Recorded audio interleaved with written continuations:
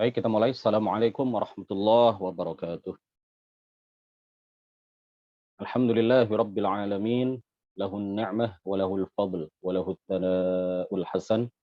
Salawatullahil barrir rahim wal malaikatil muqarrabin ala sayyidina Muhammadin tahal amin wa ala alihi wa sahbihi at-tayyibin at-tahirin. Rabbi syrah li sadri wa yassir li amri wa thabbitni 'alal iman. اللهم لا سهل إلا ما جعلته سهلا وأنت يا حي يا قيوم تجعل الحزن إذا شئت سهلا. Amma ba'd, seperti kajian-kajian sebelumnya, kita awali dengan ihda suratul Fatihah, menghadiahkan bacaan suratul Fatihah kepada Rasulullah Shallallahu Alaihi Wasallam, kepada arwah para anbiya, para rasul dan seterusnya seperti yang biasa kita lakukan. Ila asyrafin nabiyina Muhammadur Rasulullah Shallallahu Alaihi Wasallam وإلى أرواح إخوانه من الأنبياء والمرسلين والصحابة والتابعين والأولياء الصالحين والعلماء العاملين والملائكة المقربين والمجاهدين في سبيل رب العالمين وإلى المصنفين المخلصين، ونخص خصوصا إلى سلطان الأولياء الشيخ عبد القادر الجيلاني والإمام أحمد الرفاعي الكبير وسلسلة رجال الطريقة الرفاعية وسلسلة رجال الطريقة القادرية وسلسلة رجال الطريقة النقشبندية وسلسلة رجال الطريقة العلوية وإلى أرواح المسلمين والمسلمات والمؤمنين والمؤمنات من مشارق الأرض إلى مغاربها برها وبحرها، خصوصا آباءنا وأمهاتنا وأجدادنا وجداتنا ومشايخنا ومشايخ مشايخنا وأساتذتنا وأساتذة أساتذتنا، ونخص خصوصا إلى شيخ مشايخنا الشيخ عبد الله الهرري والشيخ نزار حلبي والشيخ محمد هاشم أشعري الشيخ عبد الوهاب حسب الله والشيخ بسوري شمسوري والشيخ عبد العزيز مشهوري والشيخ عبد المهيمن نور وسائر مشايخنا وأساتذتنا، وبنية التوفيق والتيسير وبنية قضاء جميع الحاجات والديون وبنية الشفاء والنصر على الأعداء وقبول الدعاء ونيل كل سول ورؤية الرسول وشفاعة الرسول ومرافقة الرسول في الآخرة ولرضاء الله. الفاتحة. أعوذ بالله من الشيطان الرجيم. بسم الله الرحمن الرحيم. الحمد لله رب العالمين الرحمن الرحيم مالك يوم الدين إياك نعبد وإياك نستعين اهدنا الصراط المستقيم صراط الذين أنعمت عليهم غير المغضوب عليهم ولا الضالين آمين.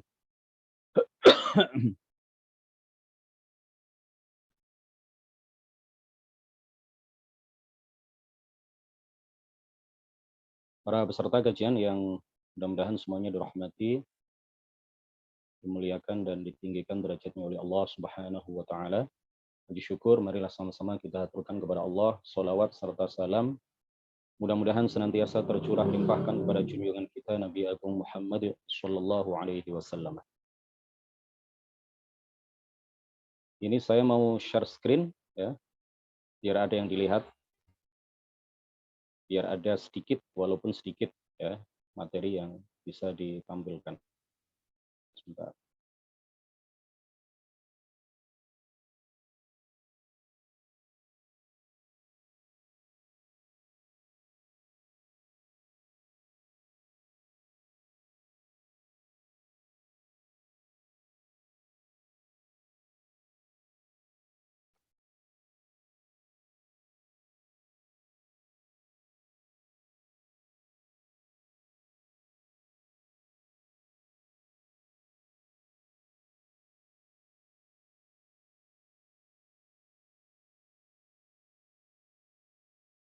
Baik, kita awali dengan menyebutkan hadis tentang iftiraqul ummah. Hadis tentang perpecahan umat Nabi Agung Muhammad sallallahu alaihi wasallam. Rasulullah sallallahu alaihi wasallam bersabda, "Iftaraqatil yahudu ala 71 firqatan, waftaraqatin nasara ala 72 firqatan, wa sataftariqu hadhil ummatu ila 73 firqatan kulluha fin nari illa wahidatan wa hiyal jamaah." Hadis diriwayatkan oleh Imam Abu Dawud dan lain-lain.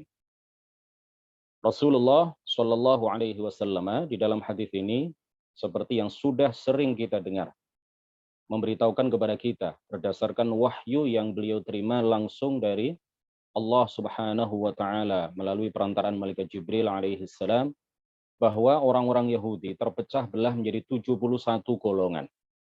Orang-orang Nasrani terpecah menjadi 72 golongan. Dan umat ini, umat Nabi Muhammad sallallahu alaihi wasallam akan terpecah belah, kata beliau, menjadi 73 golongan. Seluruhnya berhak masuk neraka. Kenapa diterjemahkan berhak? Karena nanti akan kita terangkan ya. Seluruhnya berhak masuk neraka kecuali satu golongan, yaitu al-jamaah. Dalam riwayat yang lain, kelompok yang selamat, al-firqatun najiyah, kelompok yang selamat itu adalah as-sawadul a'zam. Dalam riwayat ini, kelompok yang selamat itu adalah al-jamaah. Dalam riwayat yang lain, disebutkan oleh baginda Rasulullah Shallallahu Alaihi Wasallam bahwa kelompok yang selamat itu adalah as-sawadul a'zam. Dalam riwayat yang lain lagi, kelompok yang selamat itu dikabarkan oleh baginda Rasulullah Shallallahu Alaihi Wasallam adalah ma ana alaihi wa ashabi, ma ana alaihi wa ashabi. Al-jamaah as-sawadul a'zam ma ana alaihi wa ashabi. Mereka lah golongan yang selamat. Al-jamaah dengan as-sawadul a'zam, riwayat yang menyatakan bahwa kelompok yang selamat itu adalah al-jamaah, ini diterangkan oleh jalur periwayatan yang lain yang menyebut bahwa kelompok yang selamat itu adalah as-sawadul a'zam, yaitu kelompok mayoritas. Kelompok mayoritas. Jadi kelompok yang selamat, golongan yang selamat, ini selalu menjadi kelompok mayoritas di kalangan umat Nabi Muhammad Sallallahu Alaihi Wasallam.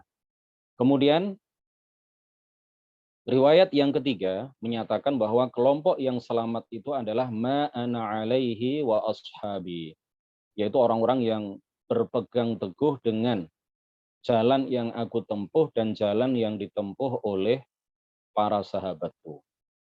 Nah, ada sebagian orang yang menggugat keabsahan hadis ini. Ada sebagian kalangan yang menggugat validitas hadis ini. Hadis ini dhaif, hadis ini para perawinya adalah para perawi yang tidak thiqah, tidak bisa dipercaya dan lain sebagainya. Ini kita bisa membantahnya bahwa hadis ini diriwayatkan oleh banyak sekali para perawi hadis, bahkan salah seorang hafidh. Salah seorang hafidh, ya. Hafidh itu artinya kalau dalam bidang hadis adalah orang yang sudah mencapai derajat tertinggi di dalam kepakaran fan hadis, di dalam kedalaman ilmu tentang hadis, ya. Salah seorang hafidh yang lahir di Maroko,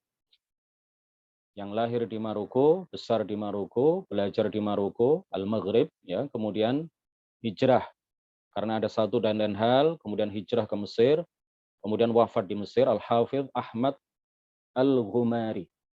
Al-Hafidh Ahmad Al-Ghumari. Sebagaimana kita tahu bahwa keluarga Al-Ghumari, ya, klan Al-Ghumari itu ada tiga yang ketiga-tiganya adalah pakar hadis.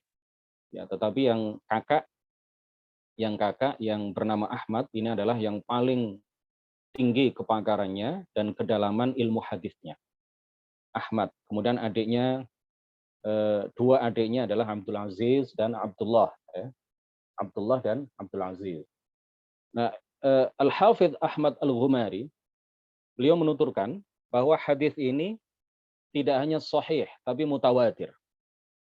Hadis ini tidak hanya sahih, tapi apa? Mutawatir.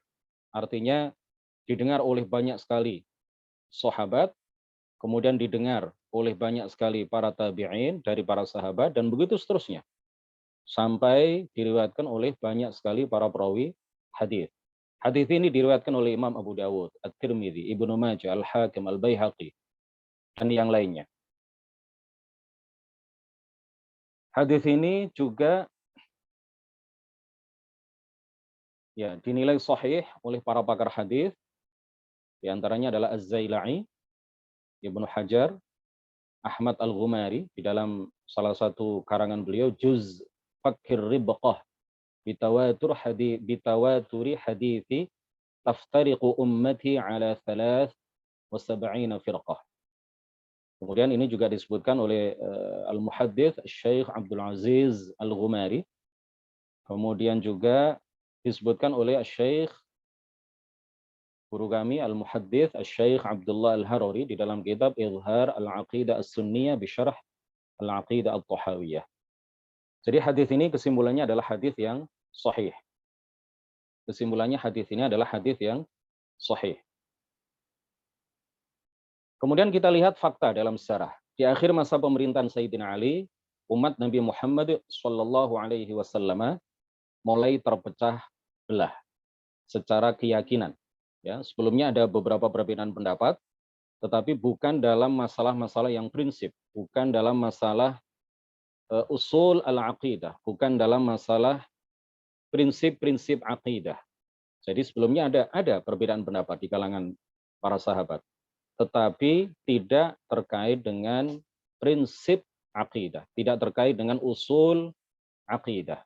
Nah, di akhir masa pemerintahan Sayyidina Ali, mulailah terjadi saling klaim kebenaran, saling mengklaim kebenaran. Ya, ada kelompok yang sangat melampaui batas di dalam mendukung Sayyidina Ali, sampai-sampai ada sebagian dari mereka yang menyatakan bahwa Sayyidina Ali adalah sebagai Tuhan. Ada ya disebutkan di dalam kitab-kitab para ulama. Sebagian dari mereka mengatakan bahwa Sayyidina Ali adalah Tuhan. Anta ilahuna, kata mereka. Anta ilahuna wa khaliquna wa raziquna. Ya, sampai-sampai Sayyidina Ali memerintahkan salah seorang bodyguard-nya untuk salah seorang pengawalnya untuk membakar mereka hidup-hidup. Ya, saking kafirnya mereka sampai menuhankan Sayyidina Ali. Ya. Mereka ini adalah golongan Syiah. Ya, sebagian Syiah sampai menuhankan Sayyidina Ali. Sebagian Syiah atau yang biasa kita sebut atau yang biasa disebut oleh para ulama sebagai golongan apa? Rafidhah atau Rawafid. Rafidhah berasal dari kata-kata rafadha, yarfudu, menolak. Ya, kenapa mereka disebut sebagai kelompok penolak? Karena mereka adalah orang-orang yang menolak khilafah Sayyidina Abi Bakar.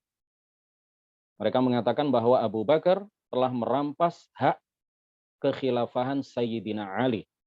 Makanya mereka sangat benci dengan Abu Bakar, sangat benci dengan, bahkan mereka sebagian dari mereka mengkafirkan Abu Bakar, mengkafirkan Aisyah, melaknat Sayyidina Umar bin Al-Khattab, melaknat Uthman, ya, dan orang-orang yang kata mereka, menurut klaim mereka, adalah orang-orang yang merampas hak Sayyidina Ali sebagai khalifah yang pertama pengganti baginda Rasulullah Shallallahu Alaihi Wasallam.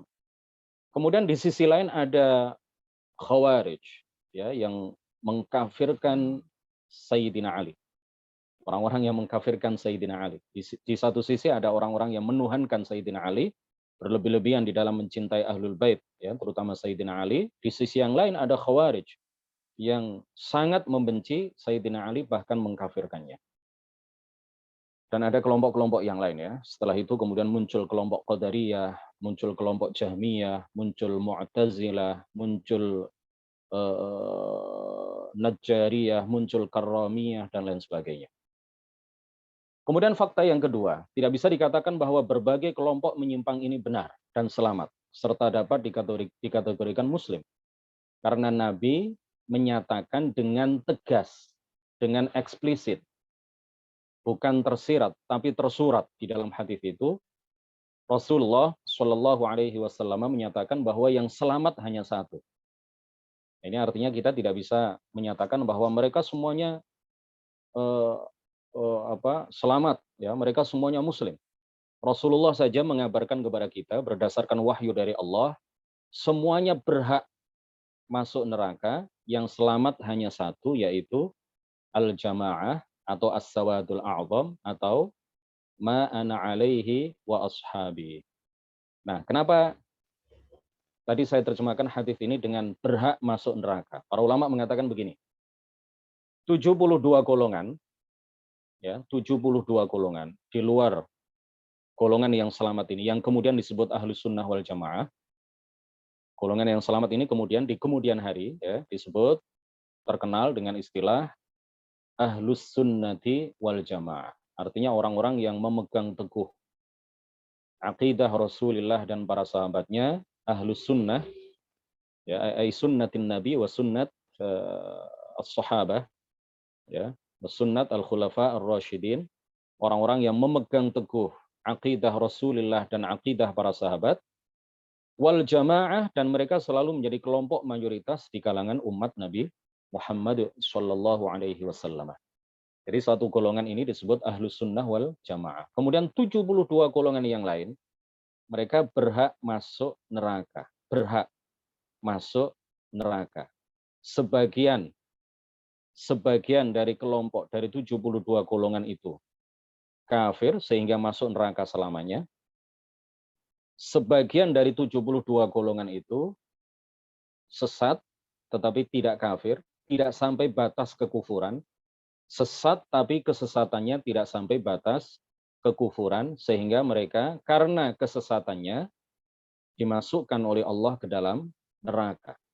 Lalu dikeluarkan dari neraka dan kemudian pada akhirnya masuk ke dalam surga karena mereka muslim, tapi muslim yang fasik karena secara akidah mereka sesat, namun kesesatan mereka tidak sampai menjerumuskan mereka ke dalam batas kekufuran. Makanya kemudian di sini disebutkan apa? Berhak masuk neraka. Artinya mereka semuanya masuk neraka, tapi ada yang selamanya karena kafir dan ada yang sementara karena sesat, menyimpang, namun tidak sampai ke kafir sehingga masuk neraka. Sementara Allahu a'lam berapa tahun? 1000 tahun, 2000 tahun, Allahu a'lam ya. Tapi kemudian pada akhirnya dimasukkan oleh Allah ke dalam surga. Kemudian fakta nomor tiga, para ulama menyepakati bahwa perpecahan yang dimaksud bukan perbedaan dalam bidang furu', ya, bukan perbedaan dalam bidang furu', bidang cabang, bidang hukum, bukan dalam masalah kunut atau tidak kunut, bukan pada masalah qiyam Ramadan itu 20 rakaat atau 8 rakaat, bukan pada masalah yang tidak ada kaitannya dengan akidah, ya. Nomor 4, perpecahan yang dimaksud berkaitan dengan masalah akidah. Ya. Yang kelima, kelompok yang selamat adalah mayoritas, al-jamaah atau as-sawadul a'zam. Dan kemudian yang kedua adalah berpegang teguh dengan ajaran Nabi dan para sahabatnya. Ma ana alaihi wa ashabi.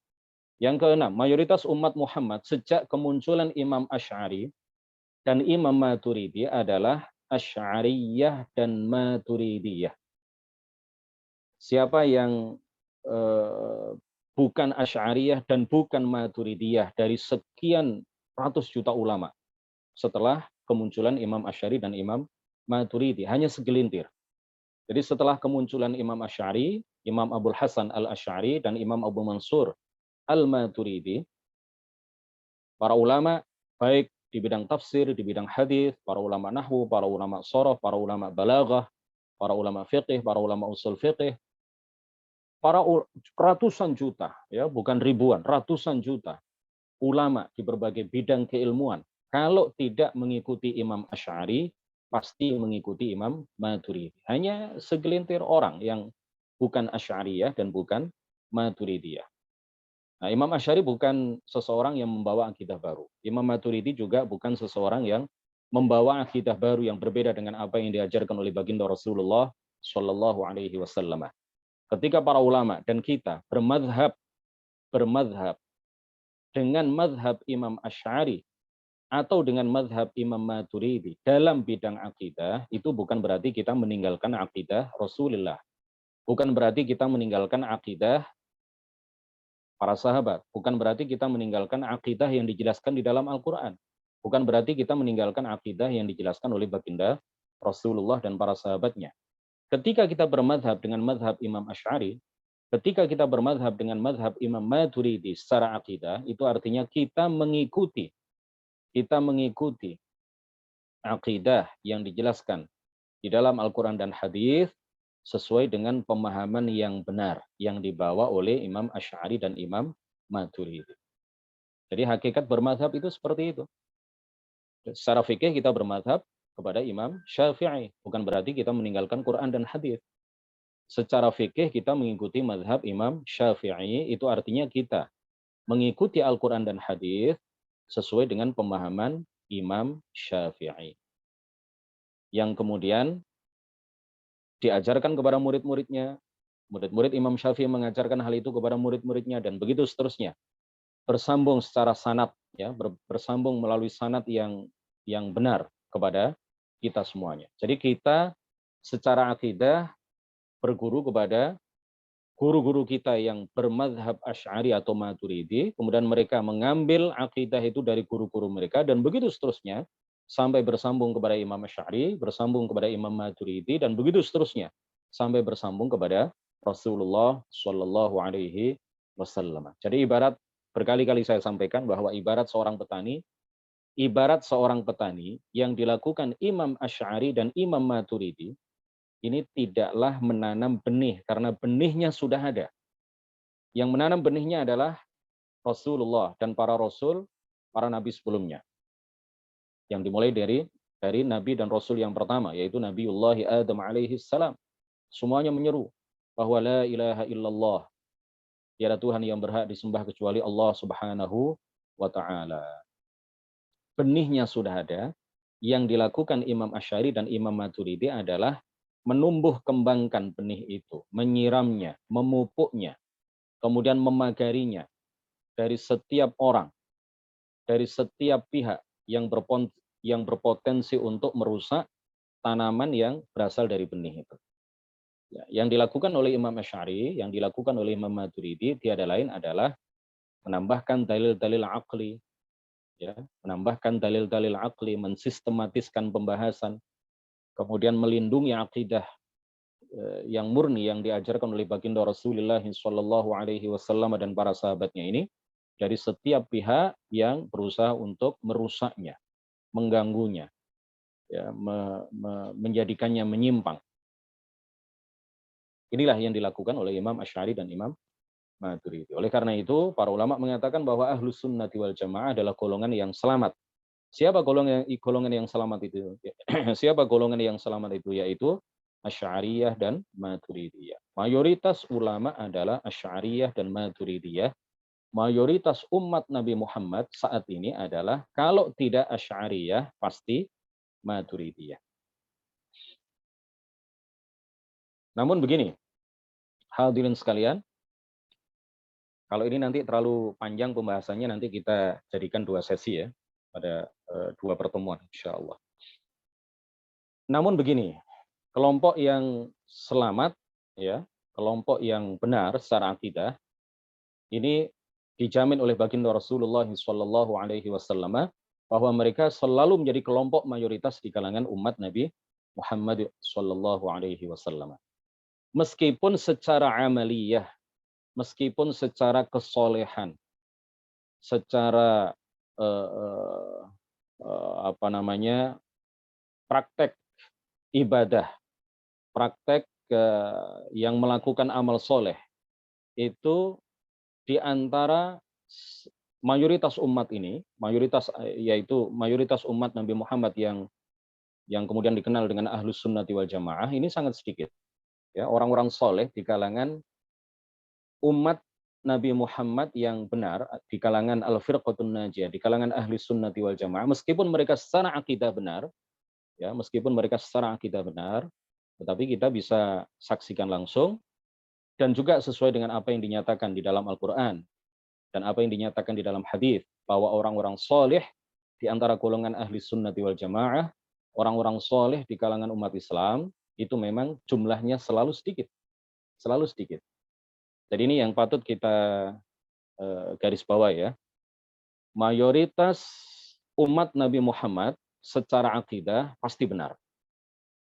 Tetapi di kalangan ahli sunnati wal jamaah, orang-orang soleh di antara mereka, di kalangan mereka, dinyatakan oleh Al-Quran, dinyatakan oleh hadis, selalu jumlahnya sedikit.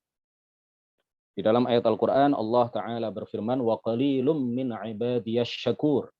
Wa qalilum min ibadiyasy syakur. Dan sedikit sekali dari hamba-hambaku, kata Allah Ta'ala, yang asyakur. Ya, syakur. Syakur itu artinya orang yang derajatnya di atas syakir. Ya, syakir, asyakir itu artinya adalah orang yang melaksanakan semua kewajiban dan meninggalkan semua yang diharamkan. Orang yang menggunakan nikmat tidak untuk maksiat. Orang yang menggunakan nikmat yang Allah berikan kepadanya untuk berbuat taat kepada Allah, untuk melakukan semua kewajiban dan meninggalkan semua yang diharamkan. Itu syakir.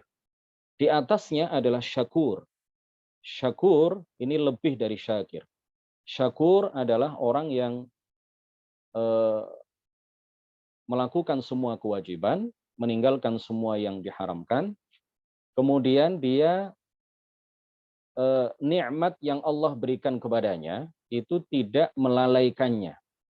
Tidak melalaikannya dari bersyukur kepada pemberi nikmat, yaitu Allah Subhanahu wa taala.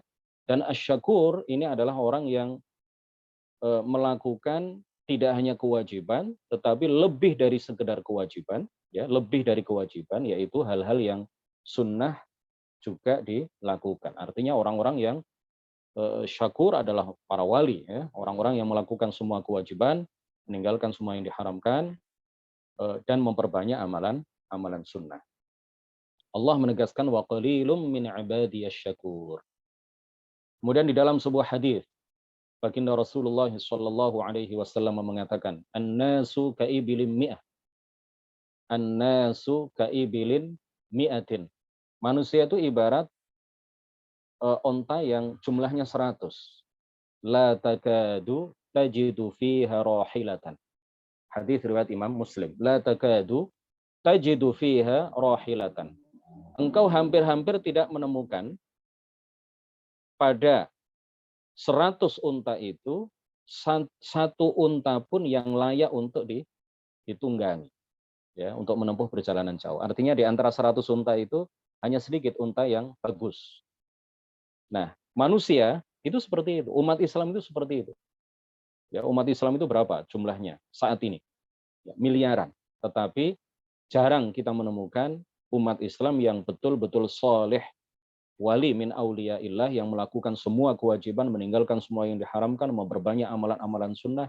Ini jarang sekali kita temukan. Jadi secara akidah, mayoritas umat Nabi Muhammad Shallallahu Alaihi Wasallam secara akidah adalah kelompok yang benar. Ya, Ahlus Sunnati wal Jamaah yang merupakan mayoritas umat Nabi Muhammad Shallallahu Alaihi Wasallam, secara akidah mereka adalah golongan yang benar. Tetapi secara amaliyah, secara praktek amal soleh, secara praktek ibadah, ya, di dalam hal melakukan semua kewajiban, meninggalkan semua yang diharamkan, ini sedikit di antara mereka yang seperti itu. Kemudian jangan melihat penampilan, ya. Jangan melihat penampilan. Untuk membedakan antara ahlus sunnah dengan yang bukan ahlus sunnah wal jamaah, antara ahlus sunnah dengan wahabi, antara ahlus sunnah dengan HTI, antara ahlus sunnah dengan syiah, itu jangan lihat penampilannya. Penampilan lahiriah itu seringkali mengecoh. Penampilan lahiriah ini bukanlah timbangan yang akurat untuk menilai seseorang apakah dia betul-betul ahlus sunnah atau hanya ngaku-ngaku ahlus sunnah. Jadi untuk menimbang-nimbang apakah seseorang, apakah golongan tertentu, apakah kelompok tertentu, apakah komunitas tertentu ini betul-betul ahlus sunnah atau hanya ngaku-ngaku ahlus sunnah, apakah dia betul-betul ahlus sunnah atau wahabiyah, ahlus sunnah atau HTI atau Hizbut Tahrir, ini jangan dilihat dari segi penampilannya. Jangan menimbang mereka dengan timbangan lahiriah penampilan mereka. Seperti apa? Jenggot misalkan, ya. Golongan Wahabi misalkan selalu memelihara jenggot, tapi tidak setiap orang yang berjenggot itu Wahabi. Nah, ini kadang-kadang di kalangan orang awam, wah ini jenggotnya panjang, ini tidak rapi, ini pasti Wahabi. Bukan seperti itu. Kita jangan melihat penampilan apakah seseorang itu berjenggot atau tidak, kemudian serta-merta divonis bahwa dia adalah Wahabi kalau jenggotnya panjang. Kalau tidak berjenggot, oh ini NU ini, oh ini Ahlus Sunnah ini, ya. Ini pengurus NU biasanya nggak ada jenggotnya atau jenggotnya tipis-tipis misalkan, ya. Tidak seperti itu. Dan kita jangan mencela jenggot, ya. Hanafiyah, para ulama mazhab Hanafi itu menyatakan bahwa cukur jenggot itu haram. Ahlus Sunnah, ya. Ulama Hanafiyah, para ulama dalam mazhab Hanafi menyatakan bahwa mencukur jenggot, mencukur, ya, mencukur itu artinya membabat habis, bukan memendekkan. Halqul lihyah, mencukur jenggot, itu dalam mazhab Hanafi hukumnya haram. Dalam mazhab Syafi'i, sebagian ulama mengharamkan, sebagian ulama Syafi'iyah mengharamkan, dan sebagian ulama Syafi'iyah tidak mengharamkan. Mazhab Maliki sama dengan mazhab Syafi'i. Sebagian ulama Malikiyah mengharamkan dan sebagian ulama Malikiyah menyatakan bahwa halqul lihyah, mencukur habis jenggot, itu hukumnya adalah makruh. Dan mazhab Hambali tidak mengharamkan, ya. Mazhab Hambali tidak mengharamkan. Yang mengharamkan adalah Ibnu Taimiyah yang menganggap dirinya sebagai orang yang bermazhab Hambali. Ibnu Taimiyah yang kemudian diikuti oleh orang-orang Wahabi, mereka mengatakan bahwa mencukur jenggot habis itu hukumnya adalah haram. Bahkan sebagian orang Wahabi ekstrim, itu melihat dulu kalau ingin sholat di suatu masjid, imamnya berjenggot atau tidak. Kalau tidak berjenggot, mereka nggak mau jadi makmum. Orang Wahabi nggak mau jadi makmum di belakang imam yang tidak berjenggot. Nah, kata mereka, semua orang itu bisa, ya, ekstrim ini, ya, Wahabi ekstrim. Mereka juga macam-macam, orang Wahabi juga macam-macam. Jadi mereka pikir bahwa semua orang itu bisa tumbuh jenggot gitu, ya. Ya, padahal kita lihat faktanya orang-orang Indonesia banyak di antara mereka yang ingin berjenggot tapi tidak tumbuh jenggot. Dikira mereka mengira, sebagian dari Wahabi mengira bahwa orang yang tidak berjenggot itu berarti dia telah mencukur jenggotnya. Haram ini, bid'ah ini. Kata mereka seperti itu. Yang kedua, jangan lihat kalau orang itu celananya cingkrang. Oh, ini bukan ahlu sunnah ini. Ya, orang itu kalau bercelana cingkrang berarti bukan ahlu sunnah. Nah, ini kesimpulan yang gegabah. Ini adalah sebuah kesimpulan yang sembrono, ya. Karena saya lihat banyak sekali para kiai kita yang ketika sarungan juga setengah setengah betis, ya. Dan itu memang sunnah. Jangan mencaci celana cingkrang. Jangan mencaci sarung cingkrang. Karena memakai sarung setengah betis atau memakai celana setengah betis itu hukumnya memang sunnah. Ya. Kesalahan orang-orang Wahabi itu bukan ketika mereka memakai celana cingkrang. Bukan ketika mereka memakai jubah cingkrang. Kesalahan Wahabi itu ketika mereka mengharamkan setiap orang yang memakai celana yang tidak cingkrang. Secara mutlak, ya. Mereka mengatakan bahwa itu haram secara mutlak. Tidak perlu dilihat niatnya. Kalau para ulama ahli sunnati wal jamaah, sebagaimana kita pelajari di kitab Mukhtasar, ya, Mukhtasar Sulamut Taufiq, guru kita Syekh Abdullah Al-Haruri menyatakan bahwa di antara maksiat badan adalah isbal, ya, memakai pakaian sehingga sampai menyapu tanah dengan tujuan sombong, lil fakhr. Nah, ini adalah haram dan termasuk salah satu dosa besar. Ya. Ini adalah apa yang dilakukan ini adalah tradisi para pembesar pada masa jahiliyah. Para pembesar Quraisy pada masa jahiliyah. Kalau mereka pakai jubah, ya, jubahnya dipanjangkan sehingga sampai menyapu tanah. Tujuannya adalah lil fakhr, ya. Tujuannya adalah untuk membanggakan diri mereka. Untuk menunjukkan bahwa diri mereka adalah orang-orang kaya, untuk menunjukkan bahwa diri mereka adalah para pembesar, para ketua suku dan semacamnya. Jadi jenggot jangan dicela, karena jenggot itu hukumnya sunnah, ya. Bahkan ada yang mewajibkan, ya. Bahkan ada yang mewajibkan di antara para ulama ahli sunnati wal jamaah ada yang mewajibkan untuk tidak mencukur jenggot, ya, membiarkan jenggot panjang. Kemudian kita juga tidak boleh mencela celana cingkrang, jubah cingkrang, sarung cingkrang. Ya. Kemudian yang ketiga, jubah. Kadang-kadang orang awam di kalangan orang-orang awam ketika mereka melihat bahwa ada sebagian orang itu yang pakai jubah itu langsung divonis, oh ini Wahabi ini. Oh ini bukan ahlu sunnah ini. Kalau ahlu sunnah asli Nusantara itu pasti pakai sarung. Ini kalau nggak pakai sarung, kalau pakai jubah ini bukan ahlu sunnah. Nah ini kesimpulan yang tidak akurat, ya, kesimpulan yang tidak benar, kesimpulan yang gegabah. Yang keempat, ya, cadar. Cadar ini juga jangan dicela, meskipun ini dalam pandangan orang-orang awam ini kemudian menjadi ciri khas kelompok-kelompok di luar ahli sunnati wal jamaah. Ya, tapi jangan sampai kita berkesimpulan, jangan sampai kita mengambil kesimpulan yang salah. Setiap perempuan yang bercadar lalu disimpulkan bukan ahli sunnati wal jamaah. Memang Wahabi sebagian besar, ya, mereka perempuan-perempuan mereka bercadar.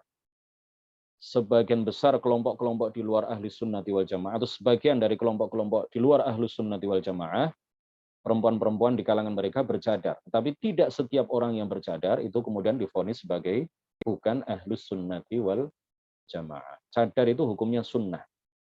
Ya, di kitab Safinatun Najah itu bahkan disebutkan cadar itu hukumnya wajib. Nah, ini tidak benar ya. Menurut guru-guru kami, pendapat yang menyatakan bahwa cadar itu hukumnya wajib bagi setiap perempuan muslimah, ini adalah pendapat yang tidak mu'tamad. Ini adalah pendapat yang tidak benar. Ya.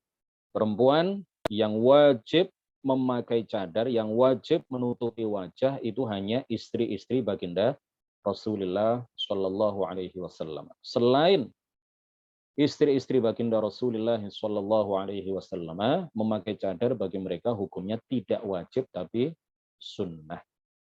Di antara ulama yang menyatakan bahwa kewajiban menutup wajah itu hanya berlaku bagi istri-istri Rasulullah Shallallahu Alaihi Wasallam adalah seorang ulama hadis kenamaan kita semuanya hafal, Al-Hafidh Ibnu Hajar Al-Asqalani, di dalam kitab At-Talkhis Al-Habir, ya.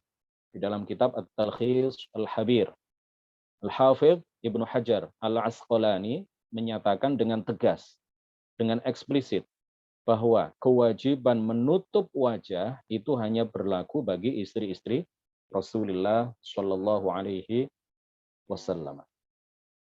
Kemudian jilbab besar, ya. Ini juga kesimpulan yang biasa diucapkan oleh orang-orang awam. Oh, ini perempuan ini jilbabnya besar, jilbabnya sampai ke bawah. Ini berarti bukan ahlu sunnah ini bukan orang NU ini. Ini juga adalah kesimpulan yang tidak benar. Kaos kaki, ya. Ini dalam pandangan orang awam, setiap perempuan yang pakai kaos kaki ini kemudian disimpulkan bukan ahlu sunnah wal jamaah. Ini juga adalah kesimpulan yang salah. Ya. Bahkan dalam mazhab Syafi'i, telapak kaki seorang perempuan itu adalah aurat yang wajib ditutup sebenarnya. Jadi kalau ada sebagian orang Indonesia, sebagian perempuan Indonesia yang membiarkan telapak kakinya terbuka, ya, terbuka di luar rumah, tidak ditutup, tidak pakai kaos kaki, ya ini artinya tidak menerapkan mazhab Syafi'i. Ya, tidak menerapkan mazhab Syafi'i. Ada memang di luar mazhab Syafi'i, ya, yang menyatakan bahwa seorang perempuan itu boleh membuka telapak kakinya di depan laki-laki ajnabiyah, laki-laki ajnabi. Kemudian juga sapaan ana antum akhi ukhti. Ya, sapaan ana antum akhi ukhti ini juga tidak menandakan bahwa orang-orang yang menggunakan istilah-istilah ini kemudian eh, eh, dicap sebagai golongan di luar ahlus sunnati wal jamaah. Ini tidak benar. Ya, sekarang sudah mulai eh, ya bukan hanya sekarang ya, beberapa tahun terakhir sapaan anak antum akhi ukhti ini tidak hanya dilakukan oleh orang-orang di luar ahlus sunnati wal jamaah. Orang-orang NU yang kuliah di Mesir, orang-orang NU yang kuliah di Maroko, ya teman-teman NU yang kuliah di Timur Tengah, itu kalau pulang Ya, kadang-kadang juga memakai sapaan ana, antum, akhi, akhi, ukti. Kemudian kata-kata hijrah juga ya. Ini juga bukan ciri khas golongan di luar ahli sunnati wal jamaah.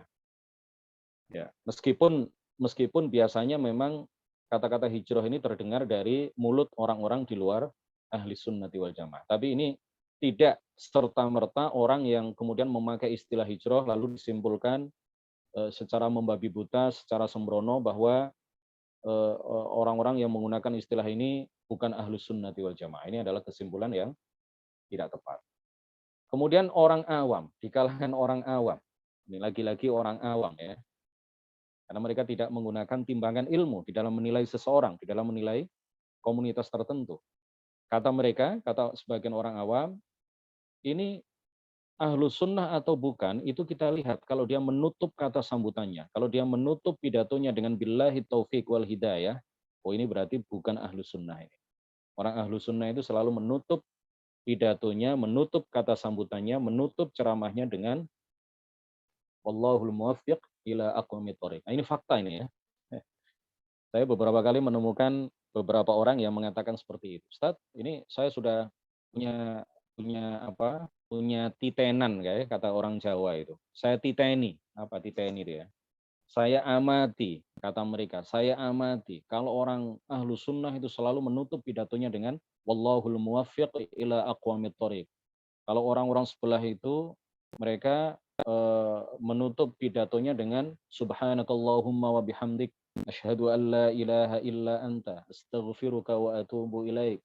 Menutup pidatonya dengan doa kafaratul majlis atau menutup pidatonya dengan billahi taufik wal hidayah. Nah, ini adalah kesimpulan yang tidak tepat, kesimpulan yang tidak benar. Orang NO, orang ahlu sunnah banyak juga yang menutup pidatonya dengan billahi taufik wal hidayah atau menutup majelisnya dengan doa kafaratil majelis. Ada juga eh, eh, sebagian orang awam ya. Pernah saya didatangi oleh seorang pengurus takmir masjid, datang ke rumah mengundang saya untuk berkenan dimasukkan dalam jadwal khutbah di masjid dia. Dia mengatakan kepada saya, Ustadz, saya itu niteni, saya itu mengamati, kata dia. Kalau ahlu sunnah, kalau orang NO itu kalau khutbah dimulai dengan Alhamdulillah dan diulang 2 kali. Alhamdulillah, Alhamdulillahilladzi a'azzana bil Islam. Seperti itu, Ustaz. Nah, kalau orang di luar ahlu sunnah, khutbah mereka itu selalu diawali dengan innal hamdalillah. Nah, ini juga kacau ini ya, kesimpulan yang tidak benar. Ya, kesimpulan orang awam yang tidak memakai timbangan ilmu tetapi memakai timbangan selain ilmu.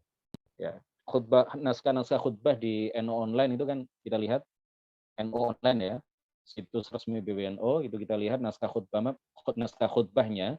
Saya lihat yang tertulis, yang ditulis oleh teman-teman itu banyak yang eh, rukun khutbahnya ya ditulis diawali dengan innal hamdalillah.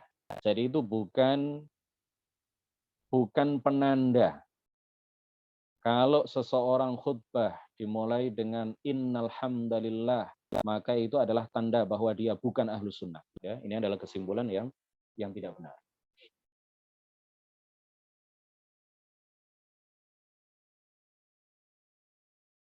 Nah, ini masih mukadimah sebenarnya ya.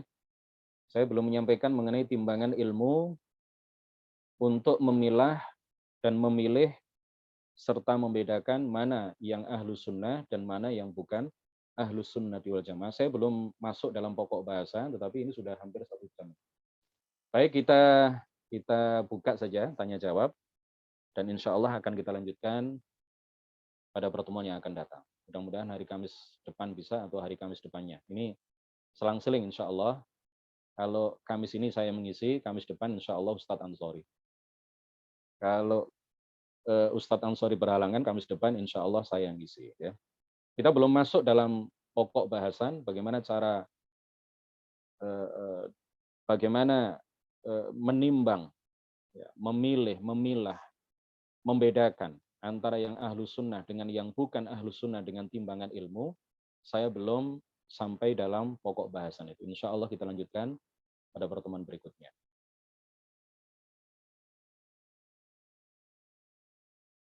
Ustadz izin bertanya. Bercadar hanya wajib bagi istri Rasulullah. Berarti bagi wanita lain itu bebas ya. Boleh bercadar dan itu sunnah dan boleh tidak bercadar. Jilbab apakah sama dengan kerudung? Dalam bahasa kita sama, ya. Dalam bahasa Arab beda. Kerudung itu khimar bahasa Arabnya. Sedangkan jilbab dalam bahasa Arab, ya, dalam bahasa Arab jilbab itu adalah pakaian yang dipakai di atas pakaian.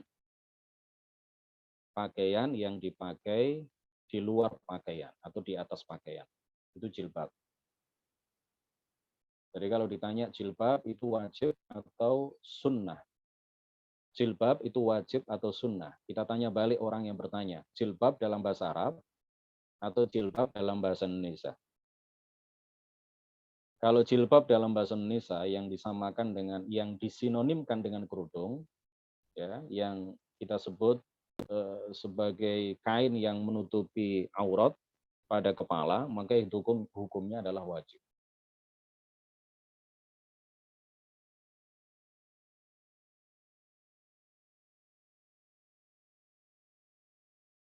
Yang ketiga, apa yang dimaksud pengertian ayat yang menyebutkan panjangkanlah kerudungmu? Yang ayat itu ya, insya Allah minggu depan ini kita bahas ya. Ini sebenarnya bukan materi intinya ya. Ini hanya saya ingin menggambarkan bahwa menilai seseorang apakah dia ahlu sunnah atau bukan, itu jangan dari sisi penampilannya, bukan dari sisi lahiriahnya.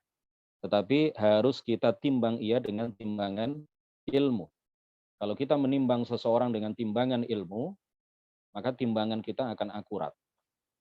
Maka penilaian kita terhadap orang itu, apakah orang itu ahlus sunnah atau bukan, ini pasti adalah penilaian yang akurat.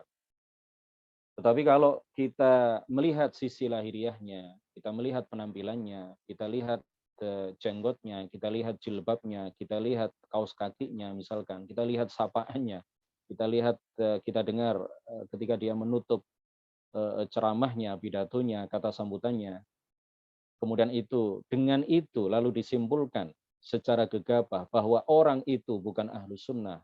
Oh, dia pasti ahlu sunnah karena seperti itu penampilan lahiriahnya. Nah, ini yang saya sampaikan bahwa hal itu tidaklah akurat. Penilaian seperti itu tidaklah akurat.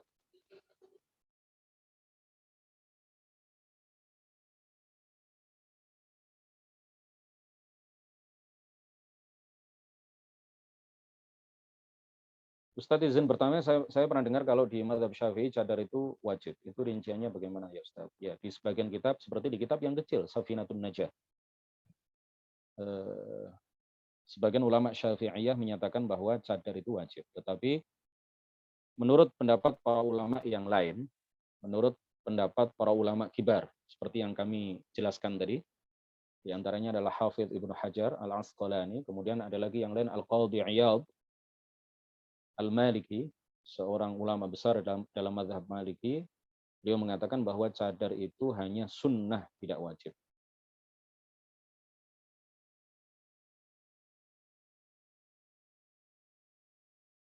Ustaz, bagaimana cara orang awam menanggapi kaum-kaum yang menyimpang di luar ahlus sunnah di medsos? Apa hanya diam agar selamat? Ya, kalau tidak tahu ilmunya ya tidak usah ikut berdebat ya. Kalau tidak tahu ilmunya tidak usah ikut berdebat. Belajar dulu. Terima kasih Ustaz ya.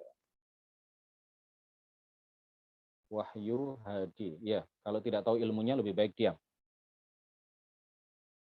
Ya, kita belajar lah ya. Belajar itu tidak cukup sebenarnya hanya dengan lewat Zoom seperti ini. Beda.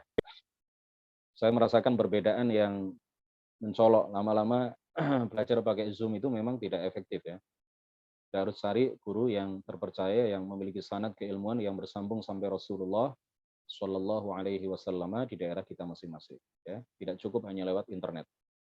Ini hanya menambah wawasan. Ya, kalau belajar lewat Zoom seperti ini atau lewat internet itu dijadikan cara yang paling utama misalkan ya, atau satu-satunya cara di dalam menimba ilmu, ya jangan ya, tidak efektif, tidak begitu efektif.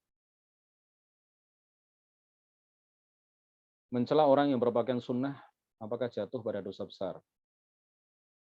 Allahu a'lam.